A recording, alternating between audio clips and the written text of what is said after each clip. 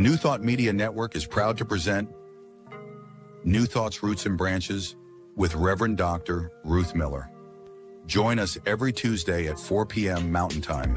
Tune in live or watch anytime on our YouTube channel. Discover the rich history of New Thought and its impact on modern spirituality.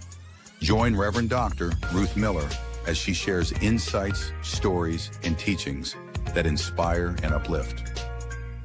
Experience deep insights and transformative teachings that connect you to the roots of New Thought.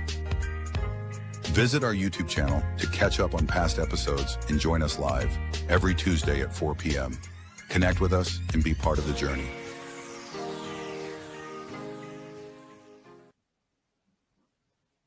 Hello, and welcome to New Thought Roots and Branches.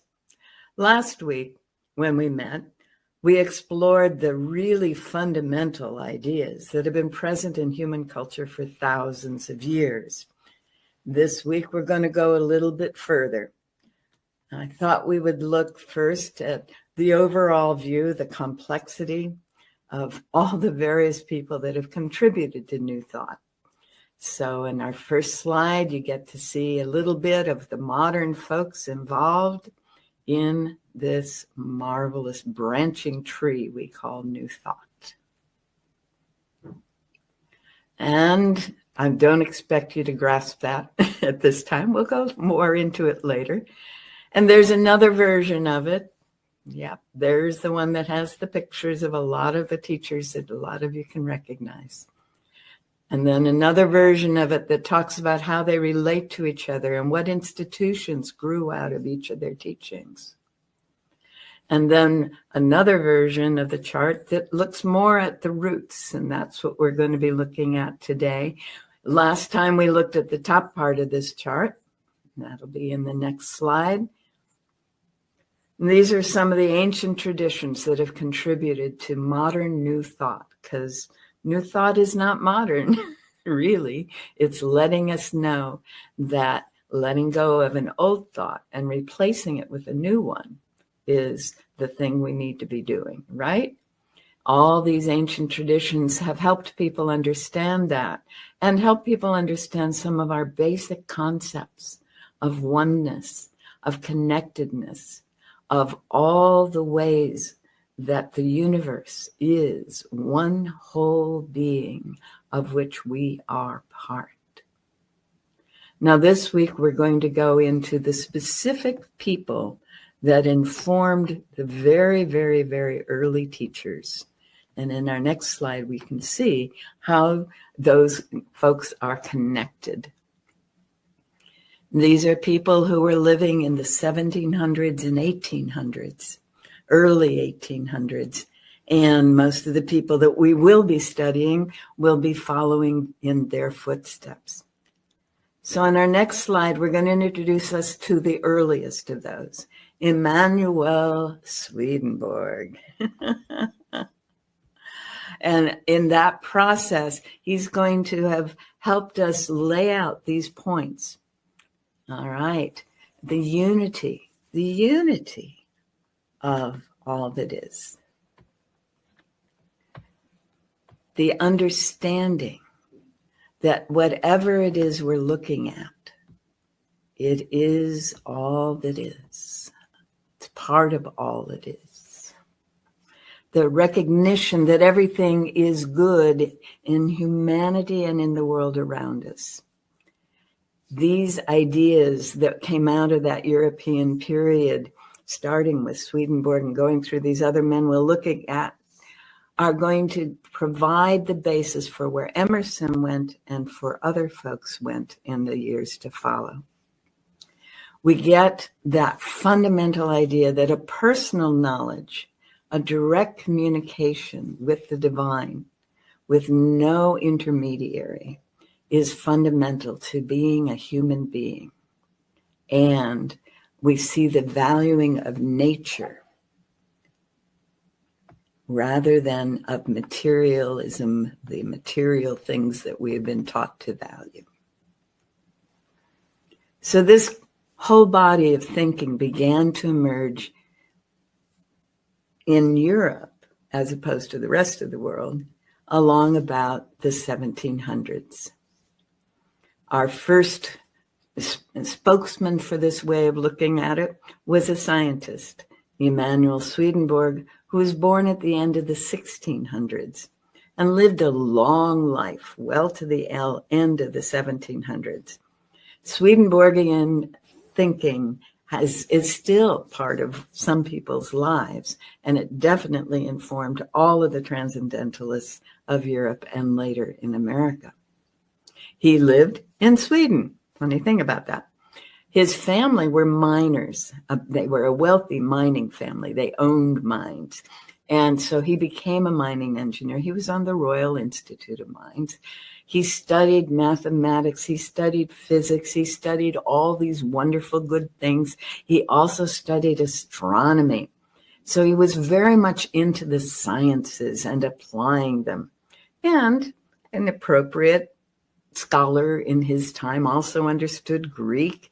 And he went into the ancient philosophers and the modern philosophers as well. At that time, that would have been Locke and Leibniz and those guys, trying to understand the relationship between the physics and the human experience. Well, in 1718, when he was about 30, he published an article that was beginning to attempt to explain spiritual and mental events as vibrations. Now, for us today, that's not at all unusual. Most of us have been hearing that in our world around us. But to be talking about that in 1718 is pretty amazing. A few years later, he published a pamphlet that suggested that the soul and the body are connected. Oh, this was a very big deal way back then. He was suggesting that they were not separate. And, well, it became necessary because of the need to not have the Inquisition burn scientists at the stakes, to have the church deal with the soul and science deal with bodies, physical bodies of all kinds. So nobody really picked up on that except for those edgy sorts of people who identified with Swedenborg. Then, after a number of years, when he'd been wrestling with this idea, what is the soul and how does it connect with the body? And how does what I know, what he knew about gravity and the physics of vibrations all work together? He was having dinner at a tavern and a strange man showed up in the shadows and seemed to be beckoning him, but he ignored him. And he went home, and that same man showed up in his room, and he came to believe that was Jesus Christ, and that Jesus Christ was calling him to write a book called The Heavenly Doctrine that would reform the Christianity of his day. Now, we're talking Sweden in the 1600s.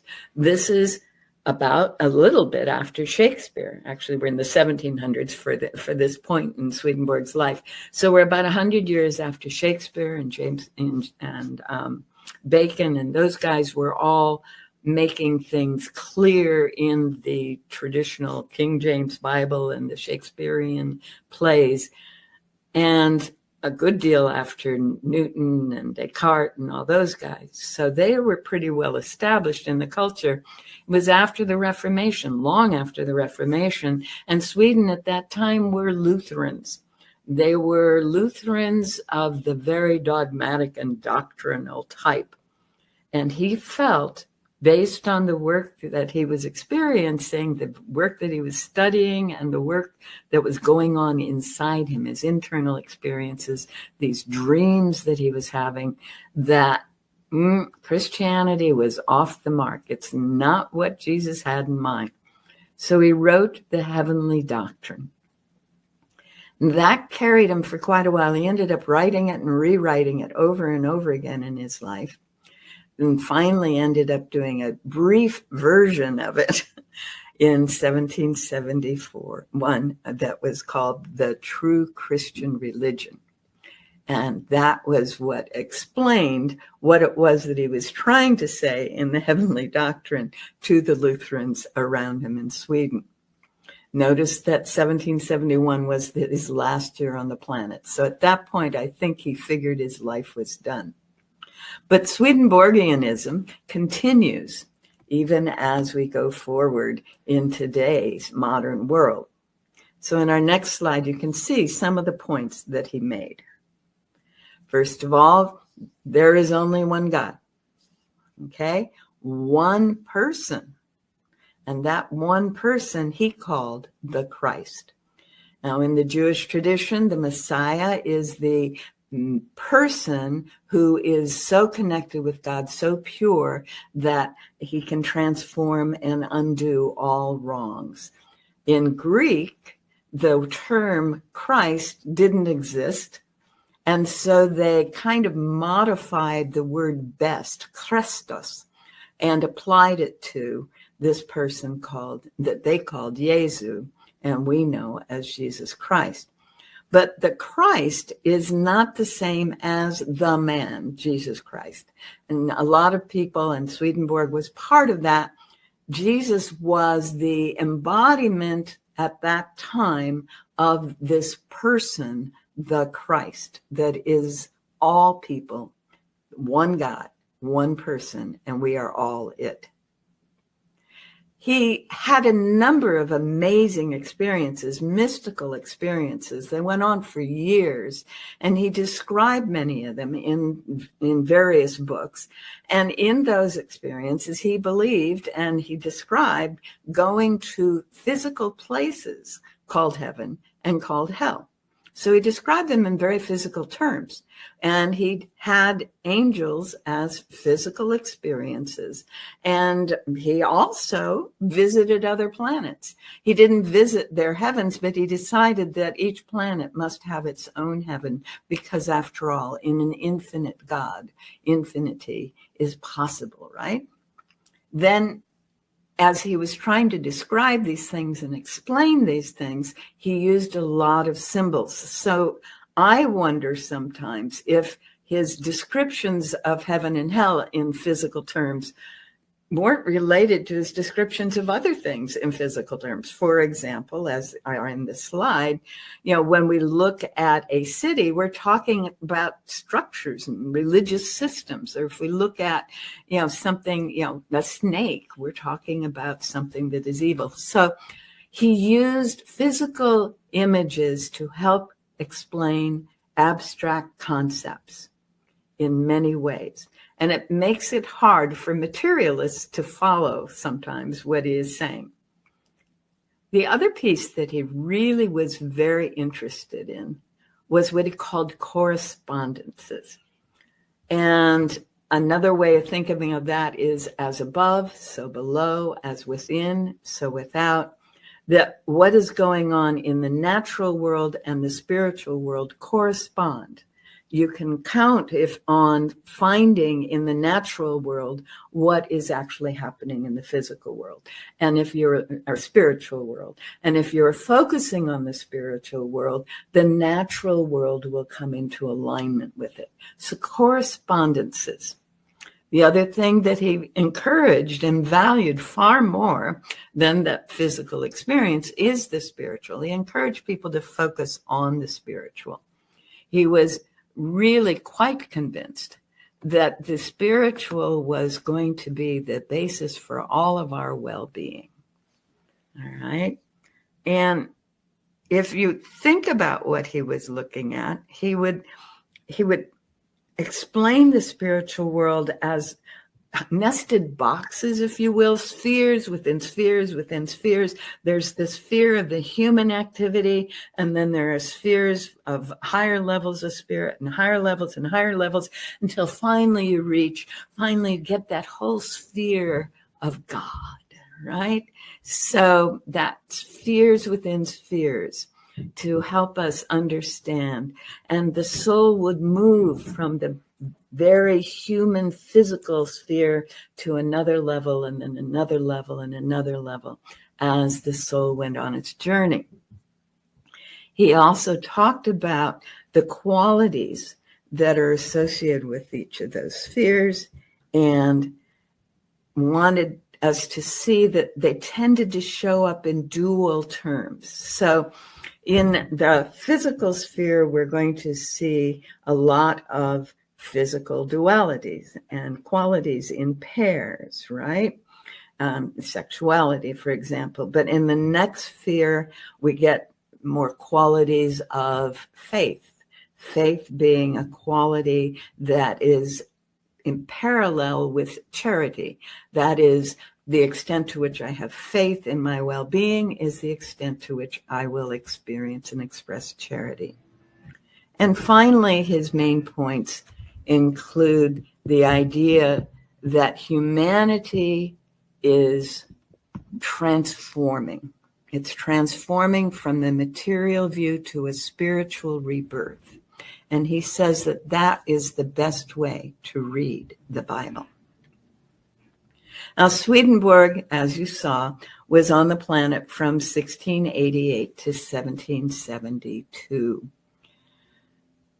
We're going to look at the overlaps in a little bit, but our next important person is Immanuel Kant. Immanuel Kant, who was on the planet while Swedenborg was alive, but stuck around a little longer. He was in Germany. A lot of you have heard about Kant, or Kant, as some people say, but in German they would say Kant. And he was not a philosopher by trade. He was a mathematician and a physicist. So we have another hard scientist here. He was teaching physics and natural law, some logic at the university, his whole life. That's what he did. And his early papers, even before he was brought on as a physicist, as a teacher, had to do with the relationship between the moon's gravity and our tides. He tried to explain how earthquakes happen. And he had a theory that the sun formed from a gas cloud. I wonder where he got that idea. Our current science absolutely supports that. It was only very late in life that he wrote these papers that he's best known in today's world for, his papers on ethics and aesthetics and metaphysics. And the big one was a huge work, huge work, almost as big as Swedenborg's Heavenly Discourse, The Critique of Pure Reason. Now, he's not saying don't be rational. He's saying if all you're relying on is your rational process, you've got problems, okay? And in that, he says we need to acknowledge that space and time have form, and that form can be analyzed. He also points out that we can know things prior to having an experience. This was huge. And this is very much in alignment with what we learned last week with Plato and Plotinus and that whole Neoplatonist idea that knowledge or the actuality exists quite apart from our experience of it in the physical. If we continue with what Kant is saying, he gives us some specific principles. He wants us to understand that all we experience are phenomenal appearances. This is Neoplatonism. It's also modern neurophysiology, because it turns out that what is entering into the brain takes and adapts and decides what to tell the mind is actually happening. So the experience of the world around us is not about things out there. It's about what's going on in here. And so he says that all change must consist in the alteration or change of states in an underlying substance whose existence and quantity must be unchangeable. That is, there is an underlying spiritual substance. We would call it perhaps today the quantum field. It doesn't change, but everything comes from there and goes back into there. And he says that there is a causal law. We can count on absolute laws that are consistent with regard to what's going on in that underlying substance.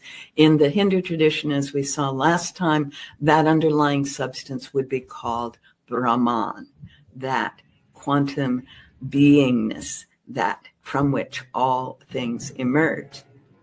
He defined God as a community, the common ground of all possibilities, Brahman. And then he says there are two sorts of ends that it's our duty to have. This is a translation from the German. He says our own perfection and the happiness of others. So transcendentalism, as Louisa May Alcott points out in Little Women, it requires that we are always perfecting ourselves while we are contributing to the well-being of the people around us. Now, soon after and overlapping Kant, we have Johann Wolfgang von Goethe, who encoded idealism. He's most famous for his work called Faust. All right. He was born while Kant was still on the planet, and he stayed around to 1832. He was also, Swedenborg was still on the planet. So these guys were affecting each other. And I want to point out that Ben Franklin was involved with these guys. There was something called the Lunar Society in England with Josiah Priestley and Wedgwood and some other guys. And Ben Franklin had joined that group. And they mostly corresponded by letters, obviously. But every now and then when Franklin was in Europe, he would connect with them. And some of these guys were involved.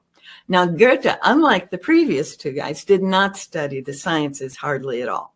He did a little bit. If you look at the second bullet, he wrote on botany and anatomy from his garden and from his life experience. But he was mostly much more into the world of thought. He did study law, and actually he was not very appreciated as a lawyer because he didn't really like the existing system all that much. And I think that may be part of why we like Goethe so much. But when he was working, he was doing some administrative stuff.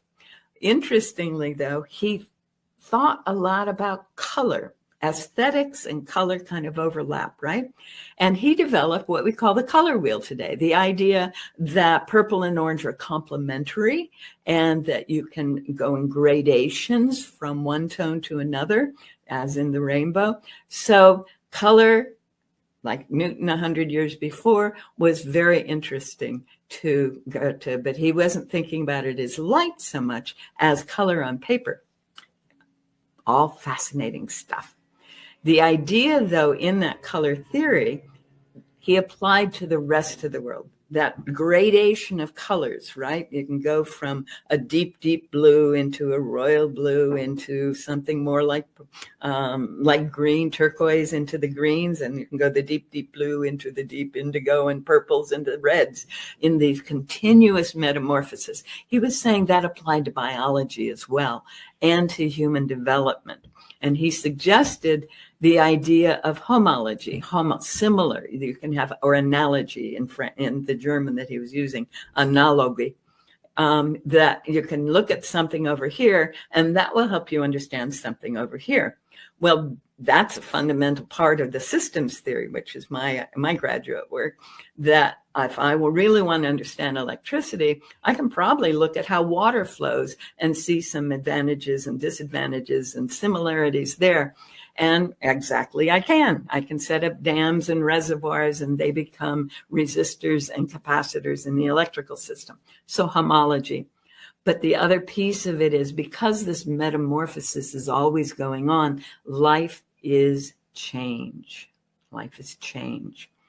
So Goethe never went, I told you that he didn't really like structures. So he never was very proud or very willing, let me put it that way, very willing to acknowledge the structure of the Christian church.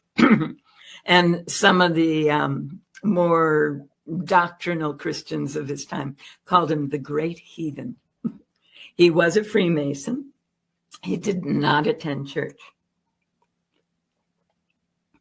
It turns out he got very excited about an ancient Baltic tradition that's called Hypsisterianism, which reverenced perfectionism. And remember what I said, this transcendental movement was the process of perfecting oneself.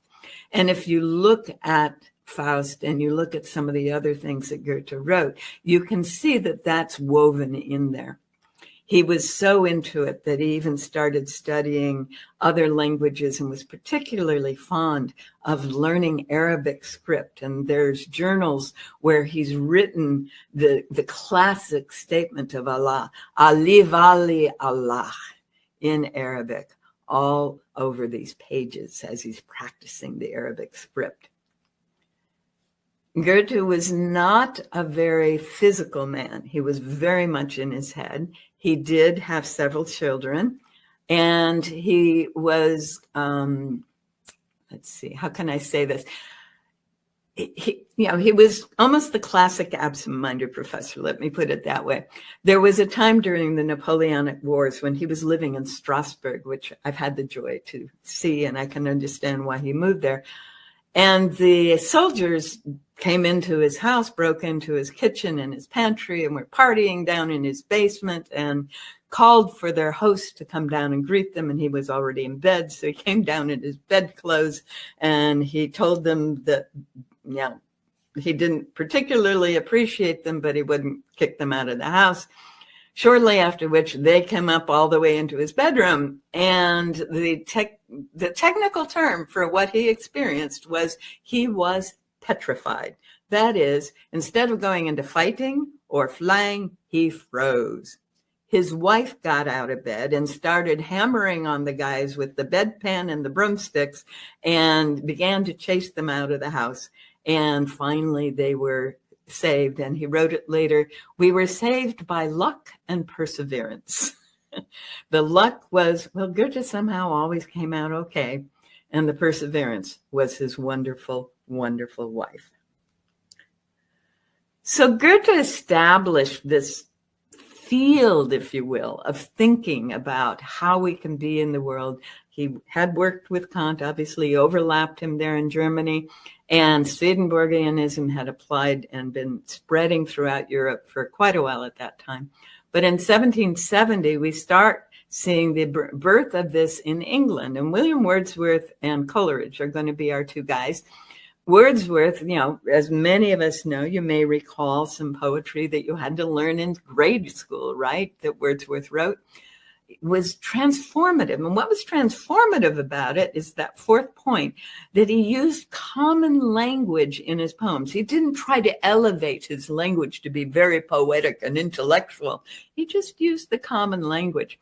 And that created a wonderful heartfelt feeling that people were not used to in poetry at that point. We're very used to it now. But at that point, it was very unusual. And he was fascinated by what people think, what he thought, where his mind went. He stayed in that field all of his life, all of his poetry, whereas basically the exploring what's going on in our minds, yeah?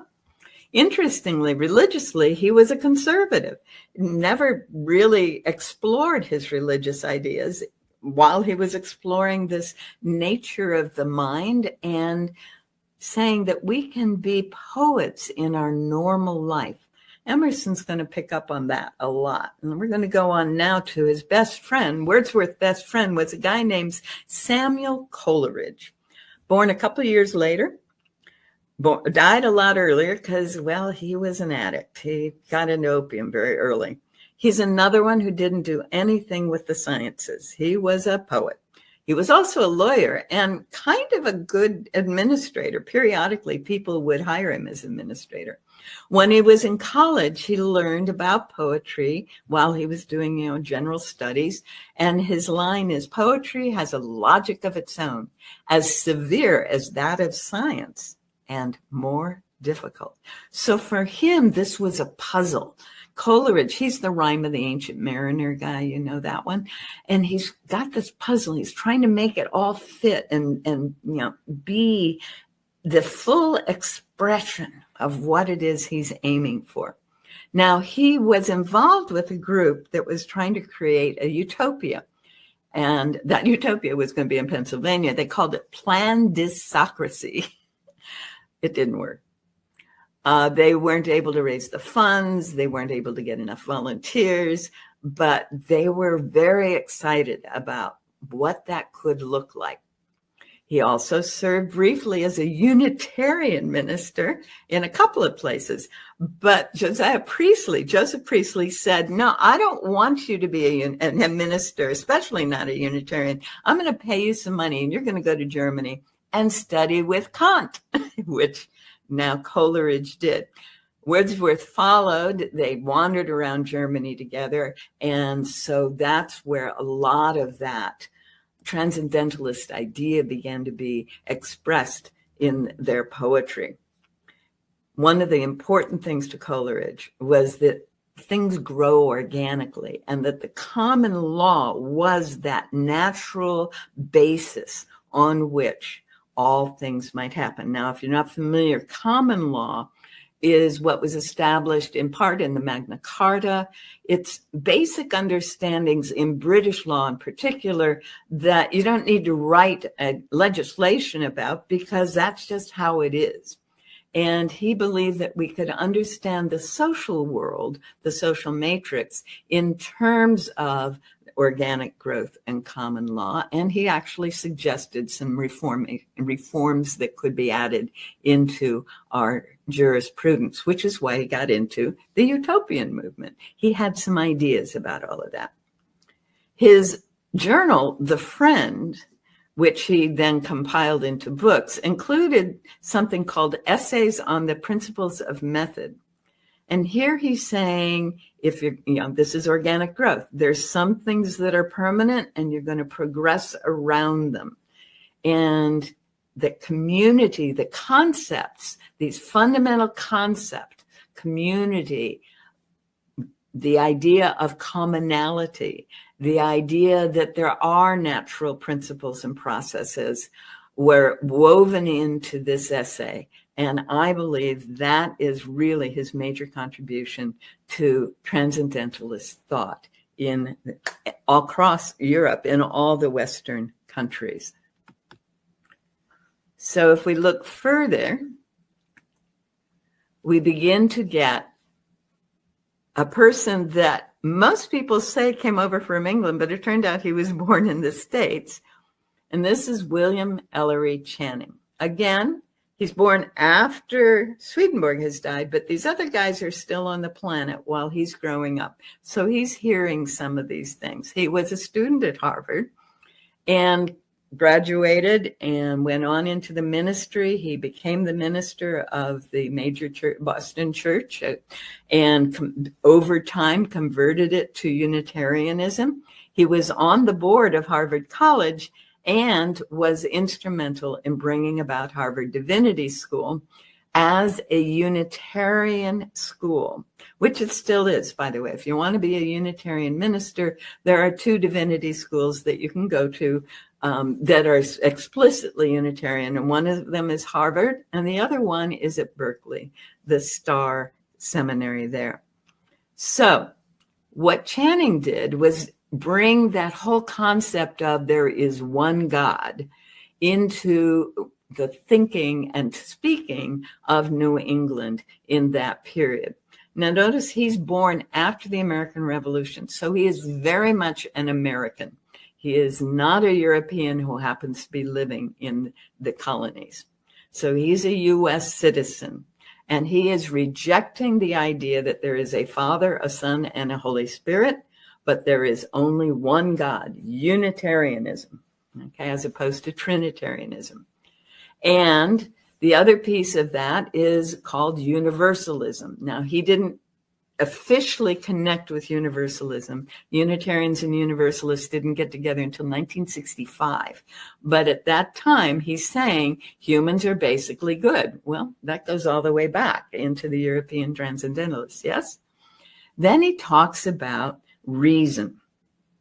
And what he's trying to do is help people understand that we can find our own path to understanding our spiritual world. We are not stuck with what other people have said over thousands of years. And in fact, the term theology kind of didn't work for him. So we want to bring our mind to understanding our spiritual life. And he said, perfection. Humans can become like God. We all have the potential to become like God, and you got to believe it. He got a lot of flack for that in those days. How dare you suggest such a thing? But that was one of the points that he made on a regular basis. And part of that is God can't be separate from the world. God's presence, God's beingness infuses all that is. So Channing was a speaker in Boston while some of the early New Thought folks, especially Ralph Waldo Emerson, were growing up. Our next guy's back in the U.S., or back in England, I'm sorry, he's no longer in the U.S. We're back with John Stuart Mill. And this guy's actually more of a contemporary of our American New Thought founders, but he was considered one of the grand old men, if you will, because he was building on theories that were very, very well established very early on in his career, partly because of him. So he grew up in England. He also lived in France. And his whole life was the creation of a just society. That's where he was focused. So like Coleridge, who was looking at, there must be a way that we can have a social system that works, that community and organic growth and common law and that infusion of the divine is possible. John Stuart Mill built on that. And there was a time when he was beginning to give up because things weren't changing. None of us have experienced that. He was reading Wordsworth poetry, and that pulled him out of that giving up. So Wordsworth contributed in many ways to this thinking that we're having. Well, Mill was a bit of a prodigy. I've stuck this in here because it amazes me. He was literally reading the Aeneid in Greek at 3. That was the first written work he was handed, and he used that infantile capacity to learn Greek, to speak English, but he read Greek. And then by the time he was 8, they figured he could handle Latin, and he was studying the natural sciences. At 8, he was the tutor for the younger kids. Oh, my goodness. Well, at 12, his father was working on a book. His father was an economist, an historical economist. And so he was studying economics with his father, and he was also studying logic. And the economics of Adam Smith and David Ricardo. Adam Smith is that guy that talks about free market and the invisible hand. And in another place, we can talk about his economic models. But Mill was building on that work, and he helped his father write something called The Elements of Political Economy when he was 15. So imagine from 3 to 15, you're steeped in these ancient ideas and you're bringing them into the modern world, working in partnership with your father. It just fascinates me. So during that time, his father had a variety of friends, and he managed to connect with a guy named Auguste Comte, who is considered the father of sociology. So he was writing back and forth. They were pen pals. They would write several times a year because, well, things took a while to get around in those days. And so what Comte brought to sociology, created it with, was the idea that there is an individual, there are groups of individuals, but they're still individuals. So this concept of individuality, that there are systems of society, that economy is something that can be talked about as an historical process and is related to how people interact, which is what politics is about, was part of his thinking very, very early on.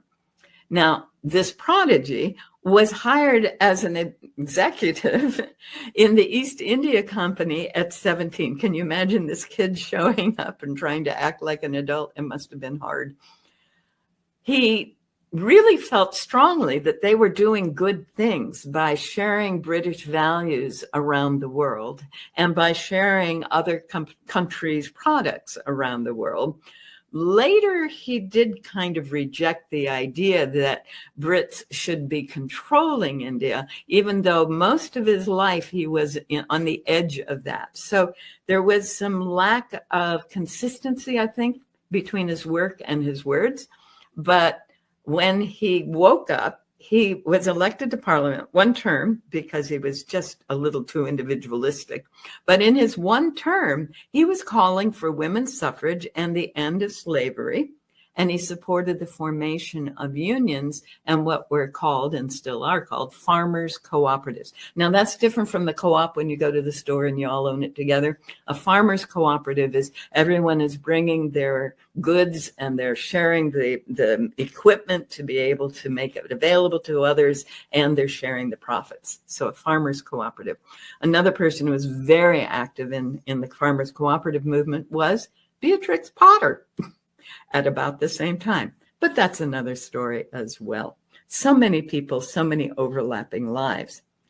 So if we look at Mill's ideas, what he contributed to our work today, we're talking about the realization that the only basis for interfering in anybody else's life is for self-protection or preventing harm to others. And that applies to governments and to individuals. He's very much the individualist. He is very much feeding into the idea of self-reliance. He also brings the idea of discovering truth, searching for and discovering truth. This is now a fundamental principle of Unitarian Universalism, but the idea that each of us needs to find our own truth. And we saw that earlier in some of these other guys, right? Then a huge thing, being anti-slavery because of the above statements, and he was very actively supporting the Union during the Civil War. One of the things that he said, and I've actually included him as his quotes on this, actions are right in the proportion as they tend to promote happiness. They are wrong as they tend to produce the reverse of happiness. And to achieve the greatest good for the greatest number is the result of human action. So that's his general statement of being, that we need to be finding that which is our joy, finding that which, some of you remember Joseph Campbell, follow your bliss, right? It's that kind of assumption, and that we're here to help others be able to do the same. And if we're not helping them do the same, then we're doing something wrong, right? All right. Ultimately, though, those pleasures, that happiness, are not material. They must be intellectual and moral or spiritual. So again, we get that flip away from it's all about how much stuff you have to it's all about what's going on in here. And that is fundamental to this whole thing. So to put all those guys together in the next slide, they are overlapping. I just thought it'd be useful because I know I have a hard time hanging on to dates, that you might enjoy seeing how they overlapped a bit. So Swedenborg in Sweden, and then Kant and Goethe in Germany, Wordsworth and Coleridge, and ultimately Mill in England, and Channing emerging out of that. So that's the kind of the timeline and the overlapping qualities of these guys as we go through this process. Transcendentalism is fundamental to New Thought. So if we go back to the original map that I'm pulling from here, we have the top half is all those ancient things that we talked about last week, and then we have this band across the middle, this band of these individuals who were, above that dotted line, who were bringing those ideas into Western culture, framing them in poetry, framing them in science, in philosophy, and making them available for other people to explore. This is pretty much the foundation, the roots of this field, this movement, this way of being, whatever you want to call it, that I've been calling, and most of us call New Thought. Now, some of you are going to wonder, well, what about, where does unity, where does religious science, where does all that come in? That's all below the dotted line. And we're going to spend the next few months going through the lives of all those good people. So that's what this program is about. And I'm hoping that you will start to have the experience of living some of these ideas. These guys worked really hard to put their ideas across for us in many, many different ways. And we have been the benefactors of their work. And for this, I am eternally grateful. And I think you will be too, as we go forward, looking at the lives of all these good people. Thank you so much for joining me here on our second episode of New Thought, Roots and Branches. Have a wonderful, wonderful time as you explore your inner world and know the truth of your being. For so it is. And so I say namaste. The divinity in me beholds the divinity in you. Thank you very much.